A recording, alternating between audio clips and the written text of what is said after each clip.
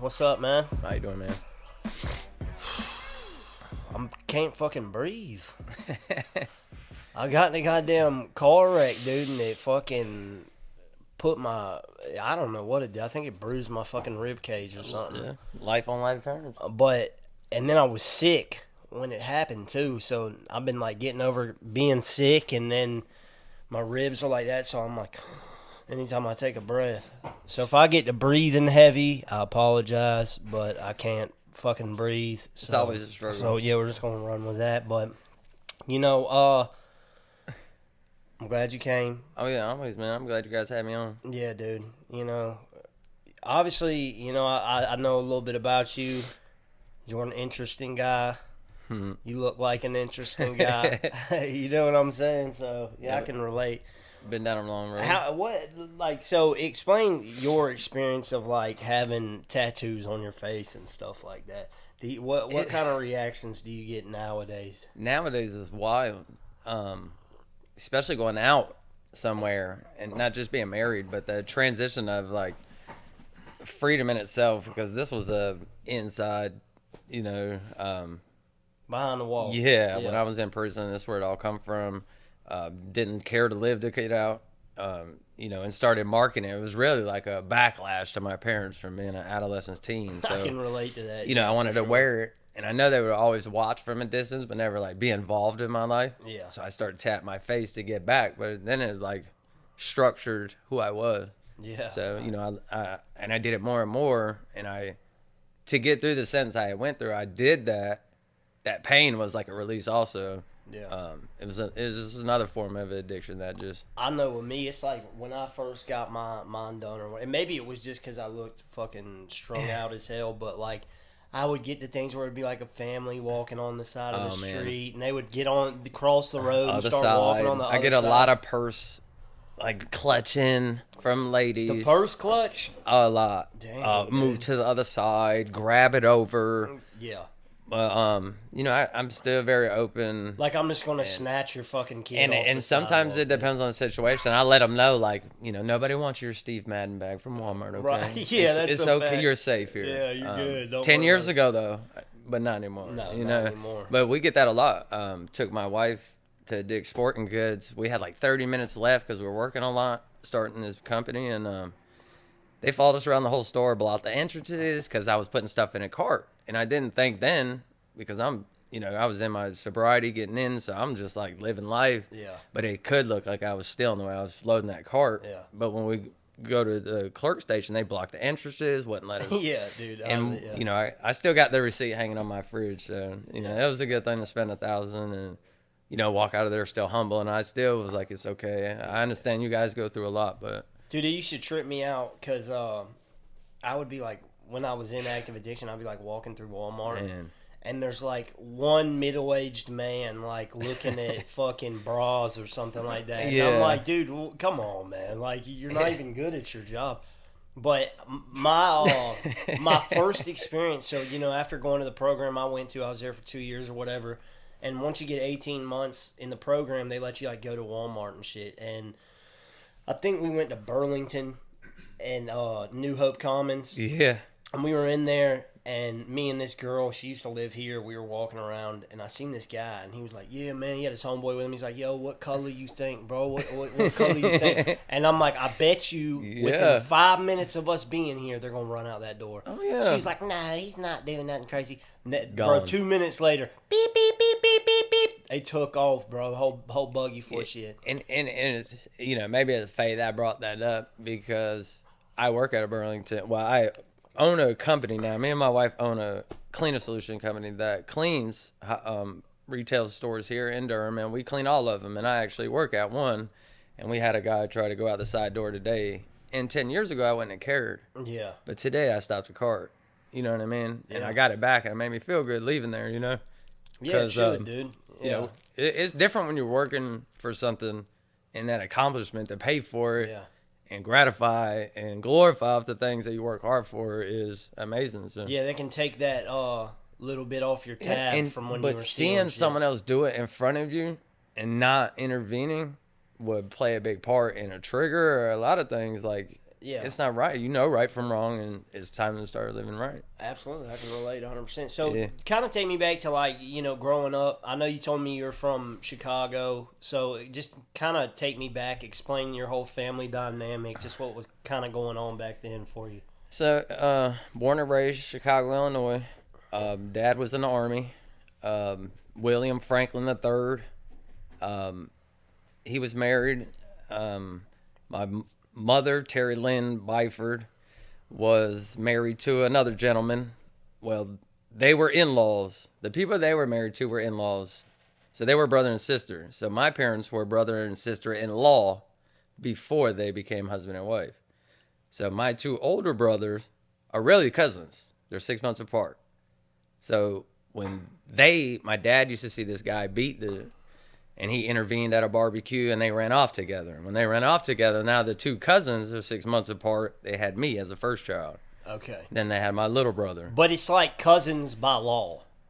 Yes. By marriage. Correct. Okay. Through marriage, they were related. So they ran off together and played.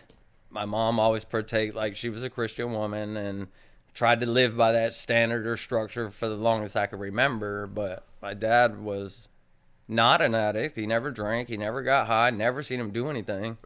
He was just so violent. And his insecurities were taken out violently and abusive on me and my older brother for years. At first, it was just regular whoopings, and it turned into real beatings, and then it turned into like weapon beatings. And what do you think the escalation was due to in that situation? Do you think it was just like he got more and more depressed, more and more like when he looks at himself in the mirror, he just is like what do you think that escalation comes from? You know, now I think looking back at it now on a real intelligent aspect, like the struggle is real hard when you're trying to, you know, raise kids and a wife and do the right thing. And he always wanted so much for himself. He was so greedy, so selfish. Yeah. Everything was about him. It had to be about him, or he would turn it into about him. Yeah. And it drowned him.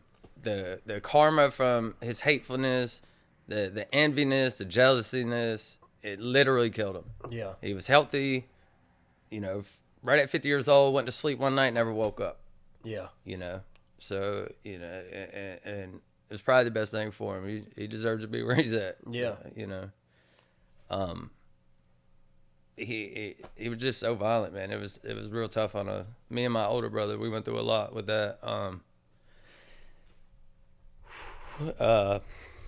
The beatings he put on us, man, it changed who we were to an extent where we were about to lose who we were. Yeah.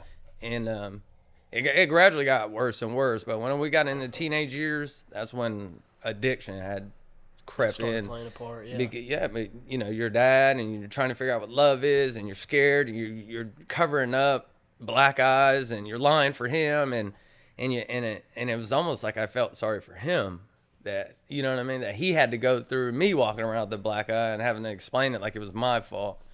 And that guilt and that on your conscience as a child is something that you shouldn't have to live with.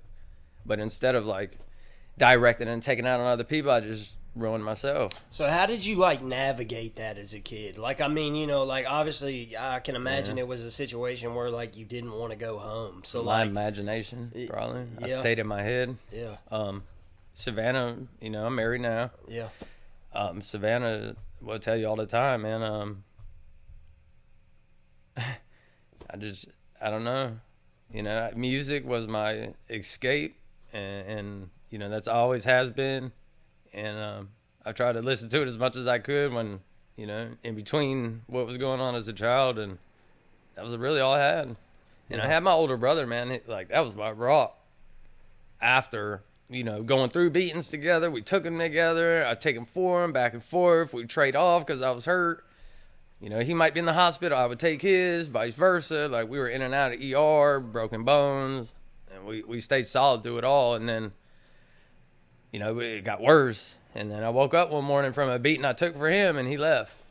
You know, and that put me in the dirt.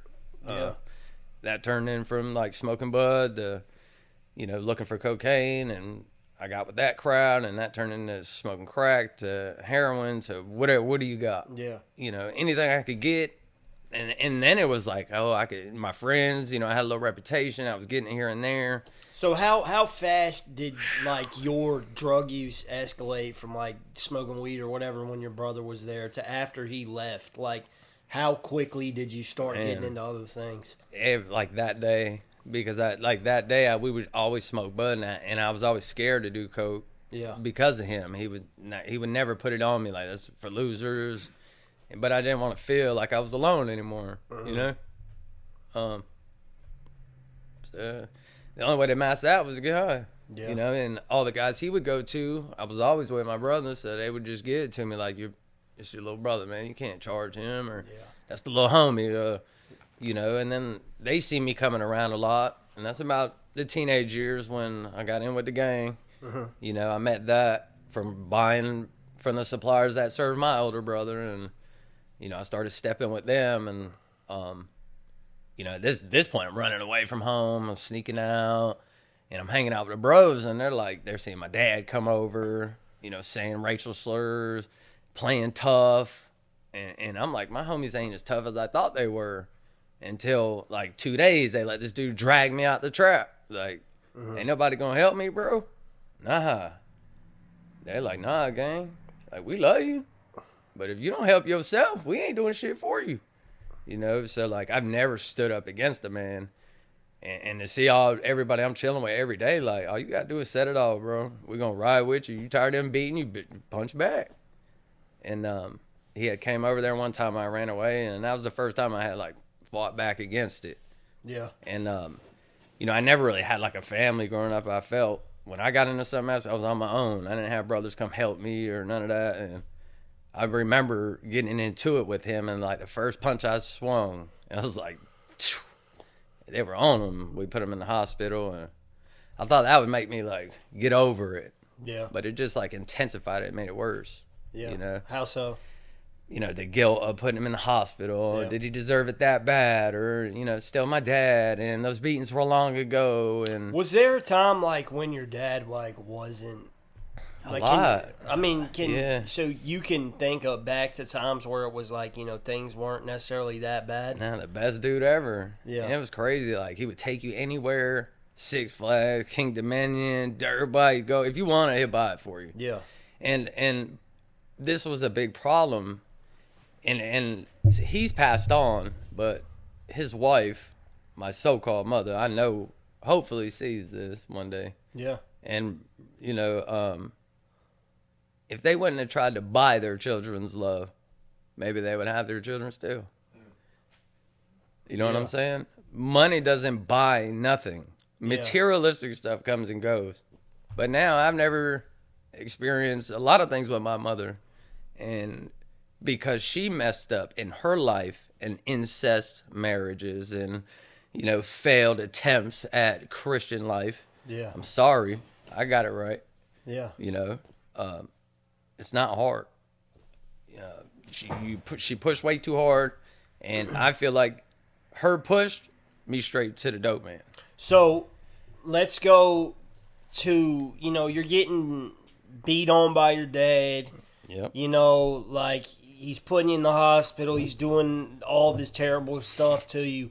Like, what's your mom doing when he's doing this? Is she would walk you right there, man. Yeah. Like, this was the craziest part because, so, like, you got a hallway that walks to their room and something would happen and she'll walk you down there like, it's going to be okay, and walk you in there and close the door and stand out there and listen to the whole massacre for an hour. Like, this man beat us with boomerangs, belts, hockey sticks. Like, I got scars, bruises. I'm 40 years old now. Well, do you think she was scared of him?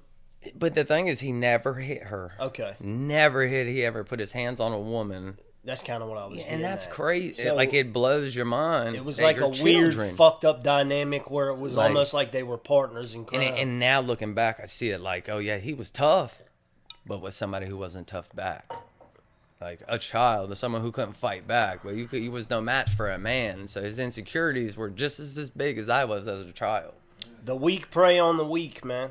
He don't have a choice. Yeah. You know what I'm saying? But his weakness was his strongest. Yeah. See what I'm saying? So he thought I was at my weakest, but I was just getting started what life was. So, yeah. You know. So, okay, let's kind of go back to the whole gang involvement and stuff like that. So, like, kind of explain to me, like, you know, you left home. Yep. You're with your homies. Yep. By this time, I had them ran Are away. you the only white boy around? Only one? Yeah. So, only one. So what? I mean, that's like from my point. Whole nother battle. Well, yeah, I mean, yeah, but it's also like, you know, when you get into that position where you're like the only YC around, you know what I'm saying? It's like, you gotta put on. Yeah, you gotta put on, but once you do, you're like, all right, dude, I'm the fucking shit, man. Right. You know what I'm saying? I was like that a lot, and then I prided myself on like the next task or the next assignment or mission or what can I help him to be the best that I could be at it, so someone loved me back, and that was the only thing I was getting it back from at the time. And it's sad. It hurt, you know. Yeah. Did they ever send you like on any dummy ass missions? Yeah. Yeah. I did my fair share of dummies, dude. Oh sure. Yeah, I did some dummies, you know. But did it outweigh? No, but it woke me up to a piece of the puzzle, you know. Yeah. So that piece led me to the next, and finally I got to see somewhat of a picture eventually, and. You know, I kept it moving, but... So, you know, from what I'm getting, it's like, okay, your dad didn't really teach you a whole lot about life. Not life. And you kind of get your hustle, your mentality when it comes to, you know, being a man, whatever. Standing up for yourself, whatever. You're getting this all from the gang, correct? That's right. From the street. Yeah. Off the muscle, off what I see, the finesse, the everyday, what I could get to come up. How can I progress, the next benefit, the next lick, the next her, because that was my MO was women. Yeah. Because I was weak as hell, just like my dad. And that's what it took me so long to realize that as much as I hated the dude, I'm just like him, you know what I'm saying? Yeah. And that shit hurt so bad because I'm nothing like that dude, man. Yeah. Yeah. So that's a hard battle in itself to live all that and then have so much growth and then still see someone view you like that. Yeah. It was hard in itself, but nah. It's hard to come to the realization, even when you're doing really good, that, like, I'm my own man. You know what I mean? I made me who I am. And, you know, like, I get that, though. You know, like, you do take on qualities from your parents, whether you want them or not. That's you right. know what I'm saying? And, you know, so, okay, so you're fucking around in the gang, you know, you're coming up on licks, you're doing all this. Yep. So, you know, like, Heavy obviously, into drugs. Yeah, tons of drugs. Yep. So obviously, you know, like, this comes with the crime side of things. The and the boosted crime ego. side of things always comes with jail or prison. So kind of try to lead me into, like, To sum it up, yeah, sure. I'm in addiction really bad. My ego's real big. Now I'm actually got initiated into the gang. What do the homies think about you getting high? Weed, not bad, but drinking was the thing, but it really wasn't as bad as it is nowadays. Back then, they really frowned on, like, that's like, oh, we don't do that. You know what I mean? Gangsters don't do that, bro. Like, that's junkie, and I always had that viewpoint, and I was stereotypical with every addict, like, well, you're a crackhead. Yeah. But I snort coke. Or you do that, like, there's no different. We're all an addict at the end of the day. Sure. And I used to stereotype everyone, like, because of who I was. I was so disgusting. So, I mean, I'm saying, like, were you hiding it from them? Or, like, yes. Yeah, okay, Yeah. Did any of them know about, like, you getting high? I was real good at it. Okay. Yeah, I'm talking about, like, my addiction fueled a lot of things, and I had the best mask ever. Yeah. You know, I was faking it till I made it. I was scared to death, but acted tough as hell to your face, you know. I was playing one part over here, but back here, a whole nother inside. It was so weak. I was terrible at hiding it. You know, well, I mean, you know, fast forward to my time whenever I was involved, you know, like, I was fucking shooting meth and shooting heroin.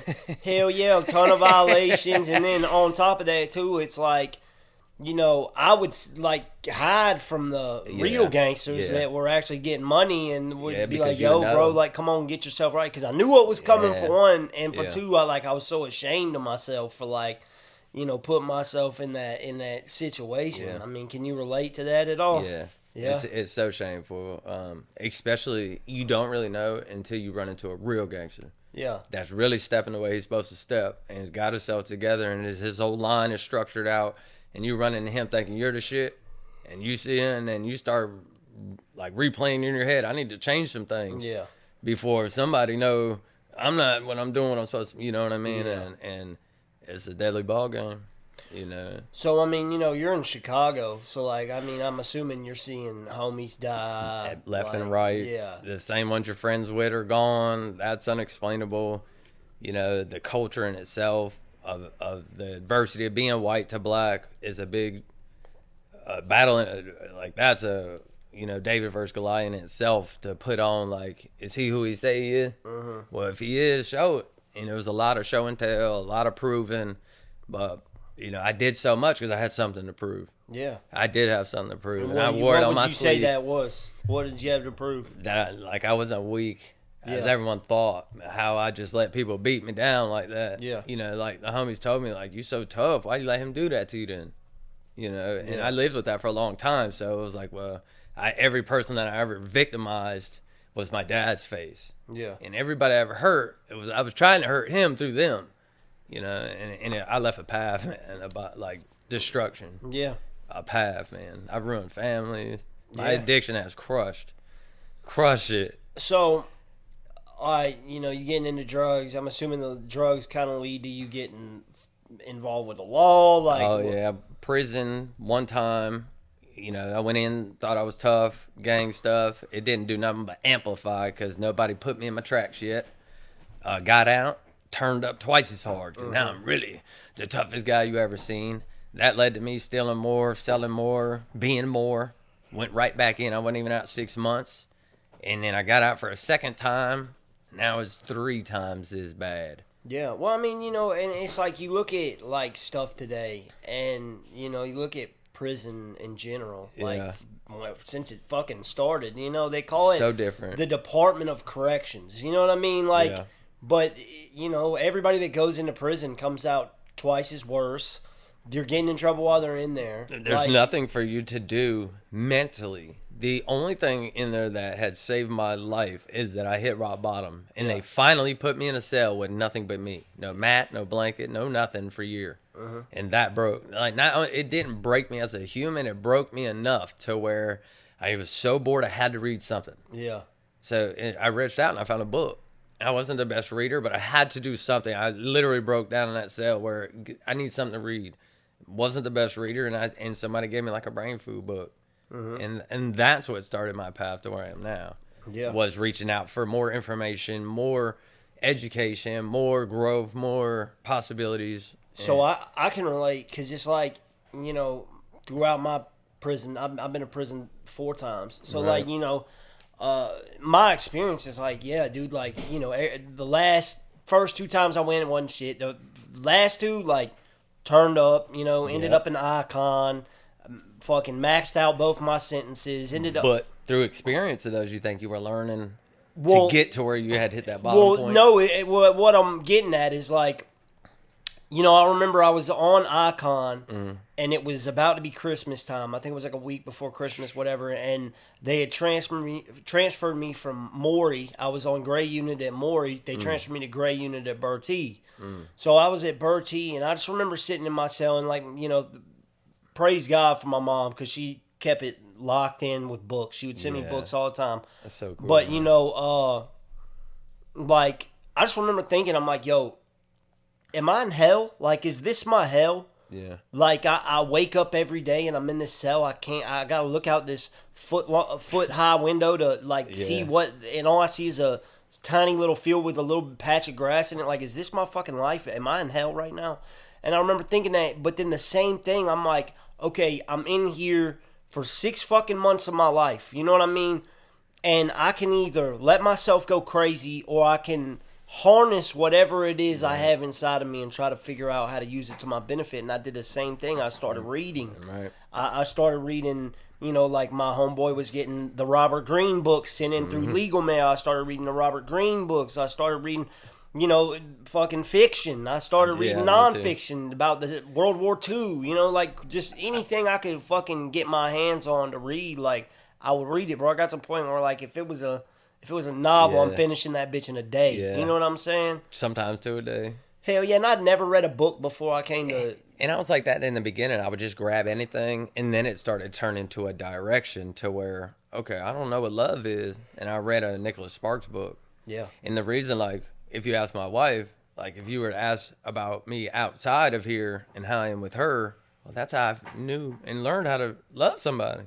Was through them books. Oh, because I ain't never had it. Nicholas Sparks got the fucking sauce, but you know what I'm saying? Yeah, so, like, if you read it, I don't know nothing about this shit. I ain't never had no compassion or all this shit as a child where they baby. I ain't never had none of that. Like, I don't remember it if I did, and everything growing up was chaos or a beating or something I did wrong that fueled me to get higher even more. And it's like, that's how I learned how to love. So Nicholas Sparks, really. Yeah, dude. And when you start like feeding your mind with like it just opens genuine up. Stuff, like you know, like I used to like reading the urban books. You know what I'm saying? I loved them, man. But listen, I loved them. I read them for a little bit. Cartel, you couldn't tell me that. Blood of a Boss, all that shit. Well, then I started reading like normal literature, and I started and then I went back and tried to read a fucking urban book, and I'm like, dude, this is the stupidest shit I have ever read. It's like Tubi for books. Almost like it was like going from like grade school back to elementary. Like I was reading this? Exactly. Yeah, it's like some scholastic shit. Dude. So could you view that now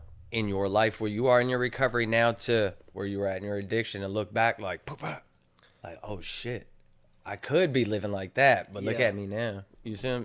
Can I? Yeah. I mean, for sure. Because it's like, but also like I look at it too, where it's like, okay, if I hadn't read that urban book, I would have never got to reading what I am now. Like same thing with my life. Like if I had never gone through that bullshit, I wouldn't be the person I am sitting in this fucking seat right now. You know what I mean? Yeah, that's a fact. So you know, prison. I'm assuming you turned up hard as fuck in prison. I did the first couple years because I said, you know, I got a little over 11 years this time. I don't have no family, and they never held me down anyway. I never got really nothing. So you had to hustle off the yard. Yeah. So my first couple years, like I know prison. I'm not washing shoes. I'm not doing this. You know, I started playing with that tattoo gun a little bit, and then I started getting tatted. And then I got pretty good with that, and I was fucking up homies all the time. Yeah. And, you know, I didn't care to fight, so I had a couple black eyes for some tattoos I done dug out. Man, I'm sorry, y'all. I love y'all boys, but they probably still got a hold. Dude, I got a couple dumbass ones on me. I think he... You know, so I got really good with that. And Look at this bullshit. I tried to structure my time with learning something. Yeah. I played with that tattoo gun for a long time, and then I wanted to be somebody so bad. I wanted to go on those dummy missions just to show a worth, to feel wanted or appreciated, and I was feeling addiction even more. And then it hit where it changed is when I did those stupid little missions to help homies out so they didn't have to go to the hole or lose the mule or the sack. Then I'll go do 2 years behind the door, and I thank God for that now, because behind that door is where I found who I really am now. Yeah. I started reading. I taught myself. I was prosperity books from Robert Greene to Joseph Murphy to James Allen to the Prosperity Bible. Like, and I still structure and read this stuff every day. Sure. You know, that self-worth, you're gonna have to find it on your own, like you did. That's why we relate a lot. Yeah. We found it from absolutely smacking that concrete face first. That's a fact. That is 100%. Literally what happened. Because you were in the same cell I was, just a different location, and my face smacked that floor, and it hurt. You know, somebody, I think I might have told this story on the podcast once before, but I was in the hole waiting to be shipped off because I got busted back. I was at Warren, so up in like the northern North Carolina, right on the Virginia line.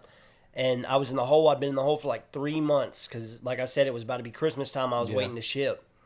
And, you know, there was this guy, and he was below me, and he would fucking yell 24/7, let me out of here, let me out of here. And I remember, like, I had this dude in my vent line. It was this old AB guy. Oh, yeah. And we would talk all night, you know what I'm saying? And I was talking to him, and I'm like, dude, I wish this motherfucker would shut up, dude. Like, he's fucking nuts, man. He's like, you think he's crazy? I'm like, yeah, he's crazy as fuck. He said, nah, he's not crazy, man. We're the crazy ones. We're okay with being in this motherfucker. And I was like, I don't know what it was. Something about him saying that resonated with me so much. And it was like, maybe you got to be a little bit crazy to figure out really how to drive your life into the right direction. You know what I mean? Because nobody's going to be there to help you, guide you, you know, unless you really show that you want it. Like, and it's so bad. It's so bad. But yeah. Okay, so you get out of prison. Got out this last time. Literally lost everything. Yeah. About halfway through the bid, I'm in long-term lockup, and I got these books that I'm reading now, and I went on a silent path for about 6 months. Nobody heard me say anything. I never really talked too much, but then when I would come around, people would start listening. Like, well, oh, what's he saying now? Or and then I would hear, like, well, you're going to want to hear what he got to say, or I want to hear what he got to say, or hold on, bro, what bro about to say? You know what I mean? Because I made it a point to make it either about something or don't say nothing at all. And I started treating my words as my breath. The more I speak, the less I'm going to have to breathe. Yeah. And I stopped talking so much for a while, and I started reading, and I tried to get my footwork to match my mouth this time versus my mouth outrunning my feet to everyone else. So I had to find out, like, who I was as a person and rebuild what I likes, my dislikes, my color. Like, it's like as a kid, I didn't have a chance to do all that. Yeah. You know? So even now I'm 40, we do kid stuff all the time because I didn't get a chance. Yeah. And it hurts. Yeah. You know, so that's like a part of my recovery now, and not talking about it. I'm not scared no more. You know, through that whole time, I never believed in God. This whole trip up until like just recently. You couldn't pay me to believe in this dude, man. Why would he put me through this? Why would he let me get beat like this? You know, why would he let this man get high like this and not help him or put us through this? And, you know, I couldn't figure it out. And then I got out this time and I said, I know I don't want to get high anymore because that was my base. Like, you're strong enough. You don't need to mask off addiction anymore. You can face it now. And I thought I could. And I was trying. I get out to this only program that would take me right here in Durham. Big Ponzi scheme. Be very careful who you choose to try to start your life over around with. Do your homework on what you're going to be involved with, what they offer, and show it on paper what they offer. These people are riding around making money off of an addict's identity, riding around in Maseratis, big 745 BMWs, Cadillac on big rims. They have a sex offender house that works with kids at the stadium downtown. I've never seen nothing like this in my life. And they were really prospering off my name. They had me going to these programs like it was going to help me get into school. But that program was paying me so much a week. Well, they were getting that funding. They were sending me here for work, but they were getting that funding. Well, my living fees are $125 a week. Where is all this extra money for me through this program for me to be able to transition and start my life? I thought this addiction was about you and transition, and it wasn't. And I almost lost my life again trying to get sober. Yeah. You know, giving it to a program and giving them and they were taking my Medicaid and trying to get a back pay check. Like, I wasn't responsible enough mentally to handle my own money so he could be a payee and get my big back pay and all this stuff. And I got put through the ringer, and thank God now, which I still haven't believed in God up to this point. I just kept going to these meetings right here, and people kept saying, well, B, you don't know shit, but just keep coming back. We see you back here in the back every day, buddy. Just keep coming back tomorrow. And I just kept going back. And then it was about not much long after I went to one, and Savannah walked in the door, you know? Yeah, and it's fucking disgusting how, you know, like, people profit off of pain. And, you know, like, it's a sad thing to say, but one of the most crooked businesses in the world is recovery. And, you know, it's sad because they don't know the people that they're destroying while they're riding around in the same town flaunting and like it's cool. Yeah. You know, 10 years ago, it'd be a whole nother outcome for people that I was involved with that put me through that. Yeah. But now I want This is my new plan of attack. It's not to be quiet, scared little boy get beat in that room no more. I'm going to come out here and let people know what people do right here to addicts that are trying to do the right thing. Yeah. You know, a lot of programs wouldn't take me because of my past and gang levels, and I'm okay with that. But it blessed other people with a chance, and I love that too. They couldn't give me one, but they have certain guidelines and policies that I didn't meet, and I can live with that, but I can't live with the fact that I was accepted, and you guys got a Maserati off of my name. Yeah.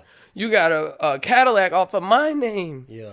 You got that house you're living off my name. Yeah. And you're doing this to multiple other people at that house, and they're stuck. Yeah.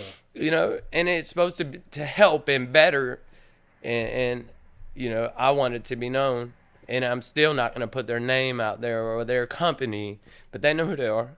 Yeah. They know who they're hurting, and I want them to know that they almost got me too. Almost. You know, because that almost took my life, and it was to a point where I walked into a meeting like, I'm about to give up and get high, man. Fuck this.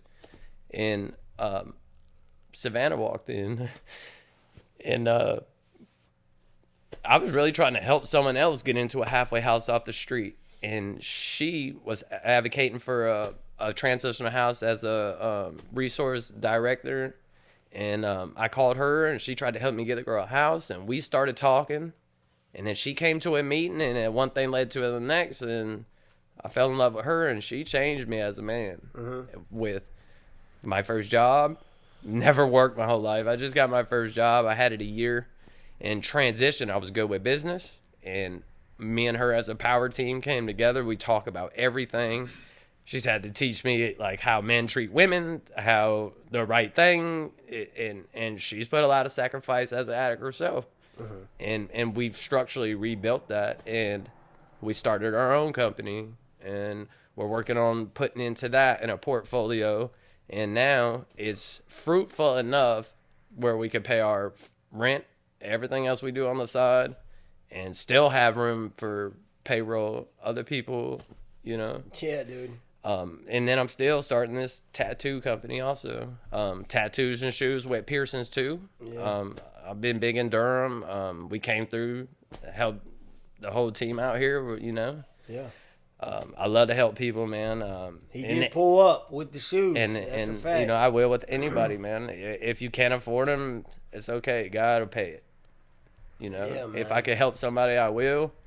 Because I've been put through the ringer, and everyone deserves a chance, man. You know, when I was at when I was at the program I was at, you know, there was like a lawn care department. So we would go off to all these different houses and residential areas, and it's like a real fucking landscape company. Like a real job. Yeah. So I did that for 2 years, dude. You know, like I became like the crew boss or whatever. So I was a crew boss, and I did that make you feel? I didn't mean to cut you out. Did that make you feel like I'm something now? Like I'm a part of something? Of course, dude. Yeah. Like, dude, every job I ever had before I went to this program was like, I fucking either quit it or just was like, dude, this fucking sucks. I feel off of that now. You know what I'm saying? Yeah. Well, so, you know, like, obviously, you know, you and your girl got the cleaning business, and when you said all that, it just made this kind of click in my mind. I used to do this dude's house, and I'm not going to say his last name, but his first name was Dale. Huge fucking house, dude. Right on the golf course.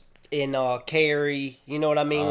Beautiful house. Right next to it is an even more beautiful house. Dedication. And, you know, like, there was, like, he had this Hispanic landscape crew, and their shit looked 30 times better than mine. You know, I was just trying, like, critique myself off that. But anyways, what I'm getting at is one day, this guy who lived in the other house came outside, and I got to talking to him. And, you know, me, I'm not afraid to ask questions. Oh, yeah. I know, so, I mean, you know, obviously it came up. I'm like, dude, how did you make all this money? And he started out as a janitor. That's all it takes. And he started his own cleaning company. Mm-hmm. And then he got into making the chemicals that people clean with. And now he's a billionaire. That's what I want to work on now. So, I did a job off Craigslist. Yeah. Right here. Worked for a guy that had a cleaning company. I did the actual retail store I took over. Yeah. And we're doing it. And the people are like, what do we have to do to get you? I said, well, what do I need to do? Like, well, I kept working for that guy at low pay just to get the experience by watching what he was doing, and kind of built a disclaimer and went down the LLC path and the insurance. And it doesn't take as much, but if you put forth and just keep digging, like we asked questions about everything. I had asked enough and attained enough information where I took it over. Yeah. And it wasn't on a spiteful takeover. It was, this man's performance outweighs. I'm sorry, but we have got to have Brian. Yeah. You know, and I put my heart into it. Yeah, and you got it. You know, like the thing about it is like an apprentice can only learn so much from their master. Right. Like they really have to get to the point where they start teaching right. themselves things. And you know, something that really kind of like drove me to not want to, you know, pursue the path to become staff at this program I was at or whatever was, you know, like I'm at this landscape place. I've been there for 2 years. I put in the work. I was a post grad there, and I loved it, dude. You know, like I loved doing the work, but it got to the point where I was like, you know, I want to learn the business side of this. You know what I'm saying? Yeah. Like I want to learn how to run shit like this. So like when I get out in the world, like maybe I can, if it's not landscape, I can start some sort of business. Like I want to know the business side of this. And it just never got to the point where, like, I was being taught that. You know what I mean? Yeah. And a lot of people won't. Yeah, and it got to the point where I was like, okay, now I kind of feel like I'm just doing the same shit I've been doing for 2 years. Like a standstill. Exactly. Yeah. And, like, I understand. I'm an understanding guy. Like, obviously, the person's very busy. You know what I mean? And I really owe a lot of my success to this man, because he really taught me how to be a man. You know what I mean? The most important thing he said to me, and I will never fucking forget this, is, you know, like, I don't know about you, but me growing up, it was like I'm always doing something to get the approval of other people. You know what I'm saying? I am too. And he told me one time, he said, I'm going to tell you one time, I don't give attaboys for doing what you're supposed to do. You know what I mean? Yeah. And that resonated. Now, obviously, this man has, if you do something really good, he's going to be like, man, this is great. You know what I'm saying? But that always resonated me because I was always that little kid saying like, oh, I did this. Where's my pat on the back? You know what I'm saying? And I was exactly like that. Yeah. But now, when it changed over to where it's just a pure intention, like, I want to do this because I want to. Yeah. The blessings that come with that, man, are so, it's like... tenfold. Am I stealing? Yeah. Yeah. You know what I'm saying? This is too much. Yeah. Like, there's been times where me and Savannah were like, where do we get this money from? Like, someone paid our rent. Yeah. You know, and that's when it was like, what? You know, I started realizing, like, God's real. Yeah. You know? Dude, and you know, like, suffice to say, like, I'm not a super religious guy. Me either. I'm not. You know what I mean? But I do believe in God. It sounds You know like what I'm saying? I definitely believe in God because... But I believe that you praise God in the things you do in your life. You know what I'm saying? This is where, like, I deviated away from, like... You know, like being very Christian. It was because, you know, like for one, I don't really set myself with one form of God. But what I'm getting at is like, you know, if there was this higher power, this higher being that put me on this earth, then the way that I praise this higher being is by being the best version of myself that I could possibly be. That's just as good. Now that, you know, so like that's... Just as good. Yeah. Oh, yeah. So, you know what I'm saying? So, it's like... You don't have to say you doing it. Exactly. That's better than you saying it. But, you know, like I said... Come on now, baby. So, you know, like, I've been in this... I mean, come on now. That's facts. You doing it better by not talking than a lot of people are doing it by talking. Yeah. You know what I mean? You're Hell showing it. Like, that's even more real. Absolutely. That testimony's showing. Yeah. I see it. And, you know, it's like... I'm in a situation in my life right now where, like, I just got in a wreck at work. So, you know, like, I've been really loyal to this company. You know what I mean? And I've never been late. I've never not worked a day. I've always come in when I'm supposed to. I don't ask for time off. You know what I'm saying? So, like, you know, but I'm so used to being in that fucked up state of mind out there in the world where I'm like, are these people going to fire me? And there's a chance they could. You know what I mean? But I also believe now that everything happens for a reason. So I'm not going to sit idly by and expect something to happen. But I also know that I put enough good stuff into the world Yeah. in the last couple of months that something good is going to come fate. from this. That's Yeah, fate. facts. Yeah. Because you're gonna exactly get out what you put in, and you've been putting the work in. It show. Yeah. You know what I mean? Yeah. Like I can see it. Anybody around, you know, and when you don't, and you gotta show up and like play like you are, we see it too. So Yeah. just let y'all know. Yeah, You know what I that's a mean? fact. Like we was addicts, the Yeah. best. Yeah, that's a fact. You know what I mean? I'm So, like, real please good at being an don't addict. come around with that propaganda or fugaziness, because I will still call you on it, even Yeah. though I believe in God. So, you know, like, obviously, the most beautiful thing about recovery is, like, seeing people that I relate to a lot where they're at now in life. Dude. Oh, yeah. You know what I mean? Obviously, it's a beautiful thing to go back. But, I mean, like, Yeah. you know, as a man, like, your soul, who you are today, like, your morals, what is the, like, juxtapose that with what you were. You know what I mean? Like, as a man, who are you today? Today, I'm for the people. I'm not selfish, insecure. I'm not small or weak anymore. I'm not an addict for a hobby. You know, I'm an addict for recovery, and I want the best for everyone. Women and children is the most precious thing on earth to me.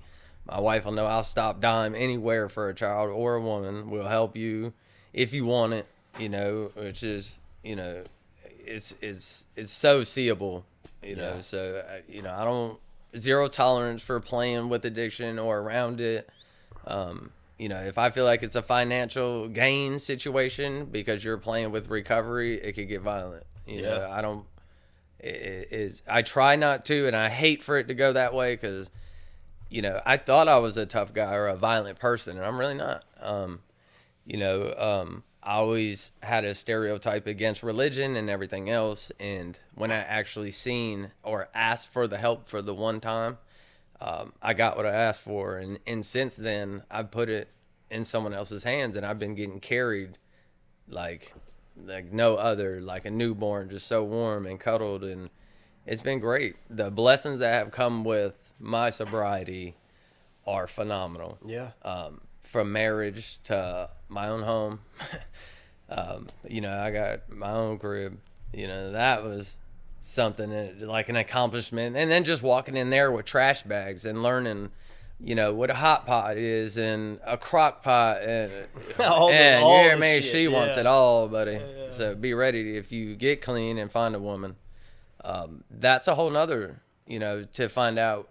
Those tests and trials and errors will show you as a man how you're really built when you meet the right woman. Yeah. You could think you got your shit together and you're doing great just because you're clean, but when you meet the right one, then everything will line up. If you are in tune with yourself the way you supposed to be and meet the right one, everything is going to be so like a fantasy. It's going to be like a dream, and it's so hard to explain because people used to say when you stop copping, you're going to start shopping. And they used to hold up all these chains like, this stuff's going to be so easy to get. All you got to do is just stop. And I was like, man, I want that fucking chain right there that dude's wearing. Yeah. I want it bad, but I don't want to take it this time. I want to earn it, you know. Yeah. And then I bought some fake jewelry in the beginning from Temu. Of course, and I yeah. did, you know. But shit, I'm going to fake it till I make it. And I did, but it turned into, I didn't look at it as fake. I look at it as a step. Yeah. This step's going to lead me up to the next one. And I'm going to get me a real chain, and I did. Yeah. And it wasn't about like, yeah, now I got a real 10-karat gold chain or a real ring. Now it's, okay. What's next? Do you want it? Yeah. You know what I'm saying? Do Yeah. you want this? Because I can go get it again and again. Yeah. All I got to do is just not use. Yeah. You know what I mean? But what can you? What you going to do when you have it? That's the question. Yeah. And I had to learn how, through maturity and integrity, dignity as a man, through meeting my twin flame, you know, everything's lined up spiritually, emotionally, financially, business, all the way around the board, man. Like the people that I meet are so out of this world, like where I'm sitting, you know. This is like so unheard of that guys come together as a hobby, a bunch of guys, no drive from a female, no push from your wife, girlfriend, with no financial gain, no, I'll give you this if you, it's so unheard of that someone wants to do something just off the pure love that people want to see you do better. Yeah. And this is to spread awareness for other people and what they have went through or been through, so the next one could relate. Maybe you went through what I went through or what Ben went through or anyone else that's a part of this. And, I would love to spread awareness just like you and everyone else. So, you're not alone on the other side, and I'll be a part of it, but as an addict, you got to know when you're tired and sick and tired of being sick and tired. And the only way to change it is yourself. If you don't want it yourself, we can't get to you, man. Yeah. But now that we have it, are you going to be selfish and keep it for yourself? You're not. No. You know what I mean? I'm not either. And that's what made me, man, I believe. Yeah. It's not what I did for myself. It's what I could do for you once I got myself together. Yeah. Like, you're helping me right now. You don't even know it. Yeah. The closure, I've never been able to put out publicly how I was put through or embarrassed, or I was weak enough where I let someone push an addiction on me through, violently beating me or, assaulting my name or character, but it didn't break me, So hopefully they get to see this, and I don't want it to hurt them, but at the same time, the pain that you put me through wasn't enough. Yeah. You know what I mean?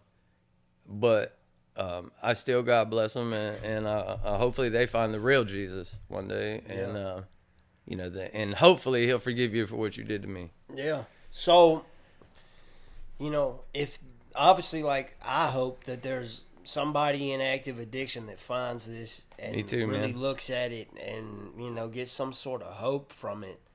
If you could spread some hope to that addict that's out there right now on the streets, maybe fucking doesn't have anything, not a dollar to his name, just trying to figure out how to get that next shot, that next bag, what would you tell him? I would tell don't bottle it up or be embarrassed. Let somebody know and submit to it. You've done it. We know you're doing it. You ain't got to tell us. We see it when we're walking through town on the street. We see it on you when you drop your head. You can't pick your head up. Just know, man, tough times don't last. Tough people do. Yeah, facts. Facts, man. Thank you, brother. I appreciate y'all having me on. Absolutely, of course. You guys hit me up. Instagram, The Great White 55. Tattoos and shoes with piercings too, man. Check my boy out. He do be having them shoes. Shoes on deck. Best prices in town with tattoos. I'll take anything to help you for your payment. And I have a piercer there that can handle any kind of piercing professionally. Where can they find you on Facebook? Brian in Savannah, Byford. Or vice versa. Savannah and Brian, Byford. Hit me up. I'll talk to anybody. And if ain't no one told y'all today, man, I love you. Yeah, hell yeah. If you or anyone you know is struggling with addiction or anything that's bringing them down in the world, don't be afraid to ask for help. And my best personal piece of advice is when you are in those situations and you're going through it, listen to the people around you that are telling you might have a problem. Thank you. And we will see you again shortly. Love y'all.